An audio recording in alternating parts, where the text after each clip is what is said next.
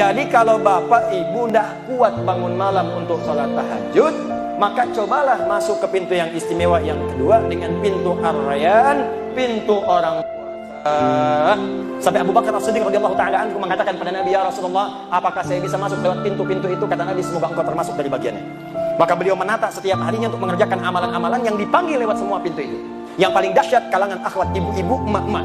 Dalam keadaan sucinya, dia biasa baca Al-Quran, dia tahajud, dia puasa, dia sedekah. Tiba-tiba dalam keadaan masa haidnya, datang bulannya, dia libur salatnya, dia libur baca Al-Quran misalnya. Begitu dia tidak salat, padahal dia baca tahajud, biasa salat sunnah, maka semua pahala salatnya langsung dituliskan walaupun tidak mengerjakannya. Makanya kata Allah, kamu ini aneh. Katanya pengen ke surga, siangnya sibuk kerja, malamnya nikmat tidur. Cita-cita ke surga, bangunlah walaupun cuma 2 rakaat. Siap tahajud?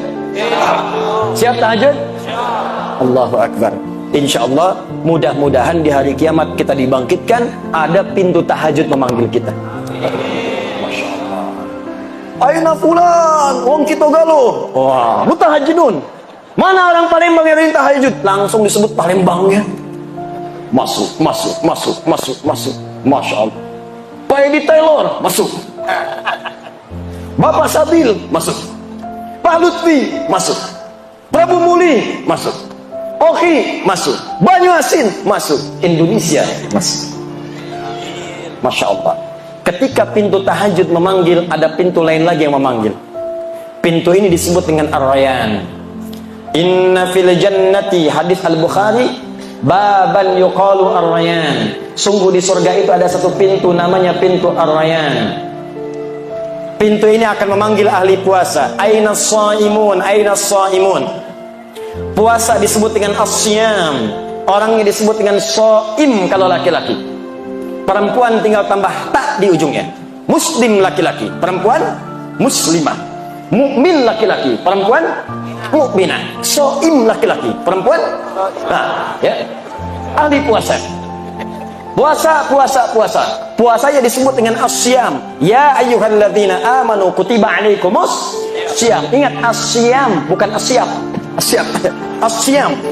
As-siyam itu puasa. Ya. Saya baru turun dari bandara, saya lihat kemudian ada baligo besar. As-siyam katanya, baik. Tapi untuk ahli surga yang kedua ini yang spesial, as-siyam, orang yang rajin puasa. Jadi bukan cuma nunggu Ramadan. Pada Ramadan pengen Syawal, dalam Syawal pengen Senin, dalam Senin nunggu Kamis, dalam Kamis nunggu pertengahan bulan Ayyamul Bid. Bahkan ada yang paling dahsyat, saking cintanya dengan puasa ditunggu sampai dengan mengerjakan puasa Daud. Hari Senin puasa, Selasa tidak. Rabu puasa, Kamis tidak. Jadi kalau sedang puasa Daud, itu sudah puncak tertinggi puasa sunnah. Puncak tertingginya. Jadi kalau masuk misalnya Kamisnya mesti buka, jangan puasa. Orang yang biasa puasa Senin Kamis kemudian puasa Daud, maka ketika jatuh bersamaan dengan puasa Senin Kamisnya, pahalanya dituliskan sekaligus. Apa dalilnya? Al-Bukhari, idza maridal abdu aw safar kutiba lahu mithla ma kana alaihi muqiman sahiha. Kalau ada seorang hamba mengerjakan amalan tertentu, rutin terbiasa dengan itu, tiba-tiba dia sakit atau punya halangan atau bahkan sedang safar dan tidak mengerjakan amalan itu, maka pahalanya tetap dituliskan walaupun dia tidak mengerjakannya. Ada yang biasa puasa safar, karena safar dia buka, aw ala safarin, atau dia sedang safar, perjalanan jauh, tidak puasa di hari itu, maka pahala puasanya tetap dituliskan. Yang paling dahsyat kalangan akhwat, ibu-ibu, emak-emak. Dalam keadaan sucinya, dia biasa baca Al-Quran, dia tahajud, dia puasa, dia sedekah. Tiba-tiba dalam keadaan masa haidnya, datang bulannya, dia libur salatnya, dia libur baca Al-Quran misalnya. Begitu dia tidak salat, padahal dia biasa tahajud, biasa salat sunnah, maka semua pahala salatnya langsung dituliskan walaupun tidak mengerjakannya. Makanya saya katakan, rugi seorang muslimah dalam masa sucinya hanya mengerjakan amalan fardu saja. Karena saat masa haidnya yang dituliskan cuma itu saja. Nanti kalau sudah tiba menopause, sama aja dengan laki-laki, nggak ada batas. Makanya ayo coba berlomba. Maka dikatakan aina shaimun, aina shaimun. Mana ahli puasa? Ahli puasa. Maaf, yang tidak biasa puasa, yang tidak senang puasa, dia tidak akan masuk lewat pintu ini. Fa idza dakhalahu ughliqa, begitu masuk ditutup. Yang puasa Daud masuk, masuk.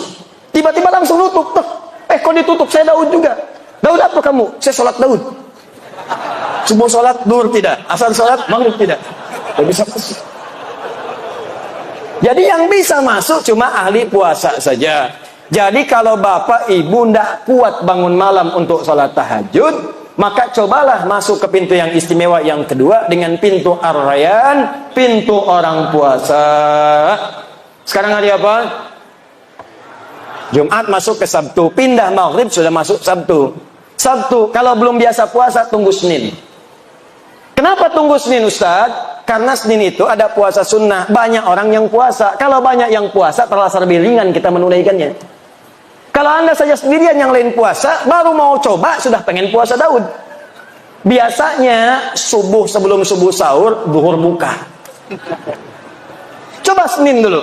Senin nikmat, Kamis coba. Makanya jaraknya agak jauh antara Senin dengan Kamis. Nikmati dulu. Senin dengan Kamis jalan, tunggu pertengahan bulan. Perhatikan bagaimana Islam memberikan runtutan supaya nikmat mengerjakan semua amalan itu. Kalau sudah selesai semuanya, Masya Allah, Ramadan nikmat, Daud nikmat, Senin Kamis nikmat. Maka ada amalan ketiga, ini yang ingin saya percepat. Maaf, kalau Anda mengerjakan amalan ini, maka akan otomatis terdorong jiwa kita mengerjakan amalan yang lain. Biasa puasa, belum tentu tahajud. Biasa tahajud, belum tentu puasa. Tapi kalau Anda mengerjakan amalan yang ketiga ini, maka otomatis diri kita ini akan dipaksa seketika ingin menunaikan tahajud. Seketika nikmat puasa. Saking hebatnya amalan ketiga ini, kalau yang tadi pintu tahajud masuk, pintu puasa masuk, pintu sedekah masuk. Yang ini semua pintu surga berebut memanggil namanya. Sampai Abu Bakar As-Siddiq radhiyallahu taala anhu mengatakan pada Nabi, "Ya Rasulullah, apakah saya bisa masuk lewat pintu-pintu itu?" Kata Nabi, "Semoga engkau termasuk dari bagiannya." Maka beliau menata setiap harinya untuk mengerjakan amalan-amalan yang dipanggil lewat semua pintu itu. Dan dalam Al-Quran ada satu amalan kalau dikerjakan maka cenderung kemudian mengajak pada amalan yang lain. Apakah amalan itu? Itulah amalan ahli Al-Quran. Amalan ahli Al-Quran. Saya hadirkan hadis-hadisnya, nanti saya contohkan langsung pembuktiannya dan cara berinteraksi dengannya. Nanti kita sepakat mulai malam ini, insya Allah kita mencoba menjadi ahli Al-Quran. Siap insya Allah? Ya, harus siap. Ya, harus siap. Mudah-mudahan saat wafat kita tercatat sebagai ahli Quran dan bisa mendapatkan apa yang dijanjikan. Ya, mesti beda, mesti beda.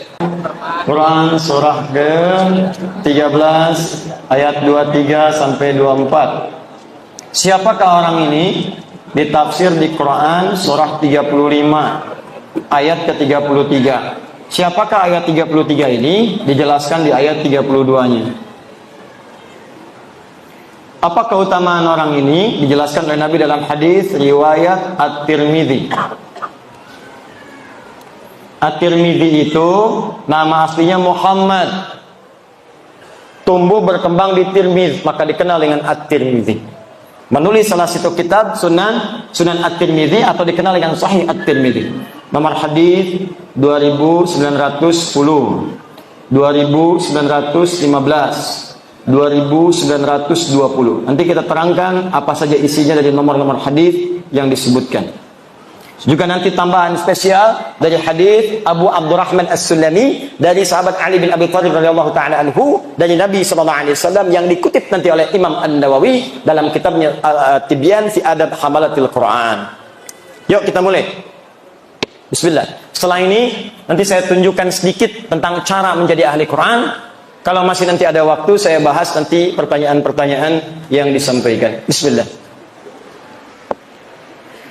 Quran surah 13 Ar-Ra'd ayat 23 sampai 24.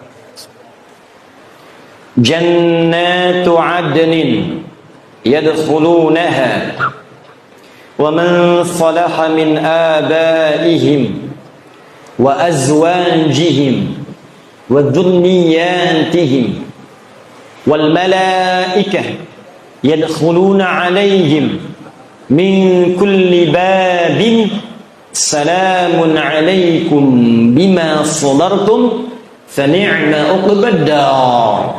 Fani'ma uqbad dar. Awas hati-hati, ini nanti tanpa batas nih. Siapapun.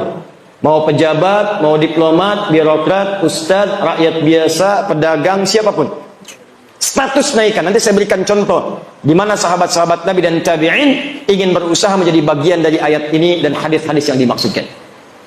Jannatu 'adnin yadkhulunaha. Ada ahli surga yang akan masuk surga nanti lewat surga Aden. Awas, hati-hati.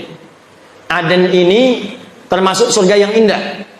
Saking indahnya, banyak orang-orang bahkan di Eropa diberi nama dengan nama surga ini. Aden, dalam bahasa Eropa sering disebut dengan Eden. Pemain Chelsea yang ditransfer hijrah ke Madrid namanya Eden Hazard.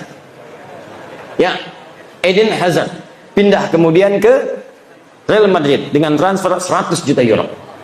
Hafal saya mau tanya apa? Hafal insyaallah saya. Frank Lampard didaulat menjadi pelatih Chelsea yang sekarang. Manchester City Pep Guardiola. Ya, Manchester United, Solskjaer. Ya, paham saya. Mau tanya apa lagi? Masya Allah. Main futsal, ayo. Dikolongin, oke. Tapi kalau dikolongin, sambung ayat. Alhamdulillah. Ini banyak sekarang yang syariah. Tapi tidak semua kata-kata bisa dipakai. Awas, tempatkan di tempat yang tepat. Maaf, bank syariah ada. Koperasi syariah ada. Hijab syariah ada. Tapi jangan semua dipakai karena hijrah semua syariah. Futsal syariah. Membaginya ngoper pakai basmalah. Nendang masuk, alhamdulillah. Sujud syukur. Gol bunuh diri, sujud taubat. Tidak semua menggunakan kata syariah. Ayo kembalikan sini. Masuk surga Aden. Saking indahnya nanti kita akan bahas. Ternyata nanti akan masuk lewat semua pintu surga. Yang dahsyat bukan hanya orang itu saja. Awas, hati-hati. Wa man salaha min abaihim, Allahu akbar. Bapak-bapaknya, ibunya yang soleh digandeng oleh dia. Jadi anak ini mengamalkan satu amalan dan amal ini saat dikerjakan didukung oleh bapak ibunya. Di bapak ibunya ini nggak maksimal, nggak mampu seperti anaknya. Anaknya hafal Quran, bapaknya tidak. Anaknya hafal Quran, ibunya bukan hafizah. Tapi karena kesungguhan bapak ibunya, ngantar dia ke pesantren, mendoakan tiap malam. Anaknya 30 juz, ibunya juz 30. Tapi ketika masuk surga, anaknya bangga menggandeng bapak ibunya. Diperkenalkan kepada semua penduduk langit dan bumi. Ini bapak saya, ini ibu saya. Siapa Anda yang banggakan anaknya saat di dunia? Ranking 1, juara matematika, juara fisika. Jangan bangga dulu, karena yang tak beriman pun dapat Nobel. Banyak yang lebih hebat, banyak yang kaya, banyak yang triliunan hartanya. Bill Gates kah itu? Jeff Bezos kah itu? Warren Buffett kah itu? Banyak. Tapi yang kaya akhirat tidak ditemukan saat ini, nanti pembuktiannya. Maka saya ingin tunjukkan kepada Anda, jangan kalah oleh orang tua sekarang yang sudah berebut anaknya menjadi ahli Quran. Betapa sering saya kedatangan tumpuk-tumpuk kertas minta doa para ibu yang memohon kepada Allah Subhanahu wa taala. Ustaz, doakan anak saya memberikan mahkota nanti di hari kiamat. Ustaz, saya cuma buruh. Ustaz, saya cuma tukang cuci. Tapi Ustaz, saya pengen anak saya jadi ahli Quran di hari kiamat. Betapa ada seorang ayah yang cuma punya motor butut, Pak. Tapi anaknya dibawa untuk jadi ahli Quran. Dimodifikasi dashboardnya, menempuh jarak 20 km. Dibonceng anaknya, bawa anaknya buta, nggak bisa lihat.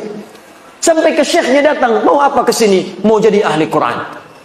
Bolak-balik, kisah nyata. Bolak-balik, namanya mual. Seketika setelah hafal Al-Quran, bacaannya bagus, makhrajnya bagus, sampai mengguncang wilayah Timur Tengah. Datang reporter dari Kuwait bertanya, kenapa Adinda menghafal Quran? Apa yang dia katakan? Saya akan membawa Quran ini, dia belum balik waktu itu. Saya akan membawa Quran di hari kiamat. Dengan tangan saya gemetar, kaki saya gemetar. Saya tidak bisa berjumpa di hari kiamat nanti saat hisab dengan ayah saya lagi. Ibu saya tidak ada. Tapi saya akan berkata di hadapan Allah, ya Rabb, saya telah berusaha menghafal Quran selama hidup di dunia. Kalaupun bekal ini belum cukup masuk ke surga, tolong kurangi hukuman saya di neraka dengan Quran yang telah saya hafalkan ini. Tapi apa jawab Allah? Bukan neraka untukmu, surga untukmu. Bawa bapakmu, gandeng ibumu yang telah mendukungmu menjadi ahli Quran saat di dunia. Maka disebutkanlah dalam hadis riwayat At-Tirmidzi, nomor hadis 2915. Begitu akan masuk surga, Qurannya langsung berkata kepada Allah, Allahumma halli Karena itu di Quran surah 30